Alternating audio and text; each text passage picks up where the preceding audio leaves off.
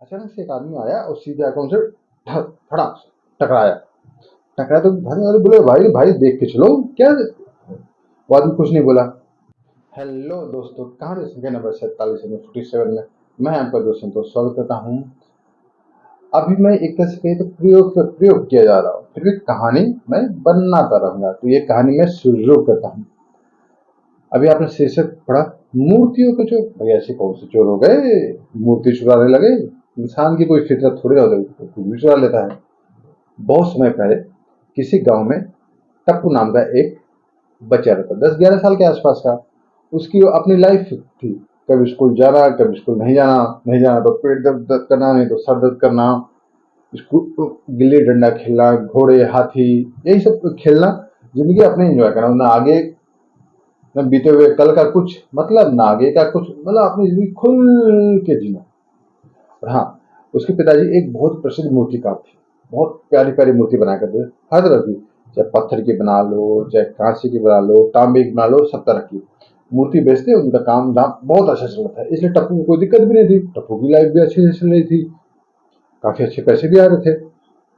एक बार क्या हुआ, उनके पिताजी बोले, बेटा मैं जा रहा हूँ शहर में कुछ मूर्ति बेचने। उसके पिताजी को बाय बाय कर दिया। तो जब उसके पिताजी शहर की तरफ प्रवेश किए, जब पैदल पैदल जा रहे थे अपने स्थान पे जहाँ पर मूर्ति बेचते थे, अचानक से एक आदमी आया और सीधे आकर उनसे फटाक से टकराया। टकराया तो भागने वाले बोले, भाई भाई देख के चलो क्या। वो आदमी कुछ नहीं बोला। खैर, वो बैठ गए अपनी जगह मूर्ति बेचने के। इसी बीच में क्या हुआ, चाहता था सिपाहियों ने पूरे उस इलाके को भेज दिया। रोको रोको, कोई नहीं जाने पाया, सबको सबको रोक दिया। हुआ क्या था, एक बहुत बेशकीमती मूर्ति, इतनी बड़ी मूर्ति थी, महल से चोरी हुई थी। अब उसके लिए सारे सिपाही बेचैन थे कि भाई कहाँ गई मूर्ति, तो गई गए गई तो गई कहाँ। पूरे इलाके में सबकी तलाशी शुरू कर दी। उसके पिताजी आराम से बैठे थे, बोले, ठीक है तलाशी लेने दो। जब उन्होंने टप्पू के पिताजी का थैला खंगाला, उसमें से मूर्ति निकल गई। और उसके पिताजी डर गए, अरे ये तो मूर्ति मेरी है ही नहीं, मैंने ऐसी मूर्ति बनाई ही नहीं है।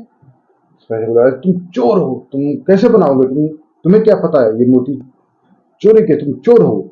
पिताजी बोला, मैं क्यों चोर हूंगा भाई, मैं तो मूर्ति बना सकता हूँ। सिपाही और वो गर्म हो गए, बोले, अच्छा तुम मूर्ति बना सकते हो, इसका बोले तुम चोरी भी करते हो, तुम मूर्ति भी चोरी की बनाते हो। और पकड़ कर उसके पिताजी को कारावास में डाल दिया। फिर टप्पू उसकी मम्मी को पता लगा, दोनों परेशान कि भाई एक उपाय हो सकता है भाई। तो जिसको मूर्ति चाहिए वो कहीं ना कहीं से मूर्ति लेगा, चोरी वाली। उसने क्या किया, कुछ मूर्तियां इकट्ठा करके जो उसके पिताजी की थी, जगह जगह बेचना शुरू कर दिया। जगह जगह बेच रहा था, तो जिसको मूर्ति चाहिए तो उसकी भी निगाह पड़ी। बोला, क्या है तुम्हारे पास। टप्पू समझ रहा था भाई कोई तो है व्यक्ति जो इतना इंटरेस्ट ले रहा है। बोला कि नहीं, मेरे पास तो सब मूर्ति ऐसी ही है। आदमी बोले, सब ऐसी फालतू मूर्ति तो है। टप्पू बोला, मेरे पास ऐसी भी मूर्तियां जिसकी कीमत बहुत ज्यादा है, मैं सबको नहीं देता। आदमी बोला, अच्छा तुम्हारे पास है मूर्ति, जरा दिखाओ तो। टप्पू बोला, चलो। टप्पू उसे लेकर अपनी झोपड़ी में गया। झोपड़ी में लेकर गया, जो जमीन था, जमीन के नीचे जो अक्सर जो था खाने में जानने वाला, उसने खांचा हटाया। बाद में बोला, ये क्या है। टप्पू बोला, डरो मत डरो मत, फिर पीछे आओ, मूर्तियां ऐसे, ऐसी मूर्तियां ऐसे नहीं रखी जाती, नीचे रखी जाती, आ जाओ आ जाओ। आदमी, क्योंकि टप्पू बच्चा था, वो आदमी बड़ा था, इसलिए उसको उतना ज्यादा डर नहीं लगा। बोला, चलो ठीक है, नीचे चला। नीचे आया तो नीचे देखा एकदम अंधेरा। जब तक आदमी समझ पाता कि क्या हो क्या रहा है, टप्पू तुरंत वहां से निकल भागा। मतलब भाई बच्चा था तो उसको पता था कि तहखाने से निकलने का कौन सा रास्ता है। वो आदमी बेचारा फंस गया, कौन है, मुझे निकालो निकालो, ऊपर से भी नहीं खुल रहा है। वो आदमी परेशान, निकले तो निकले कैसे। इसी बीच टप्पू ने क्या किया, बोला, भाई मूर्ति का पता बताओ। मूर्ति पीछे से मतलब बाहर से आवाज दे रहा है। और बोला, मुझे नहीं पता कौन सी मूर्ति की बात कर रहे हो।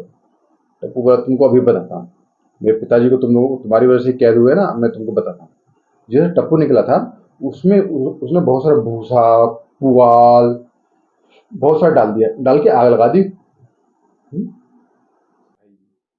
पूरी पूरी धुआं वगैरह अंदर जाने लगा। वो आदमी बेचारा खांस खांस के बुरी तरह परेशान हो गया। बोला, अरे हमको छोड़ दो। टप्पू बोला, पहले मेरे पिताजी का पता बताओ कि उनको मूर्ति कहाँ है, तब मैं तुमको छोड़ूंगा।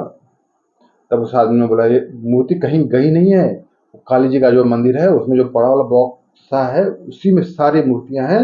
पुजारी भी हमारे साथ मिला हुआ है, चाबी उसी के पास है।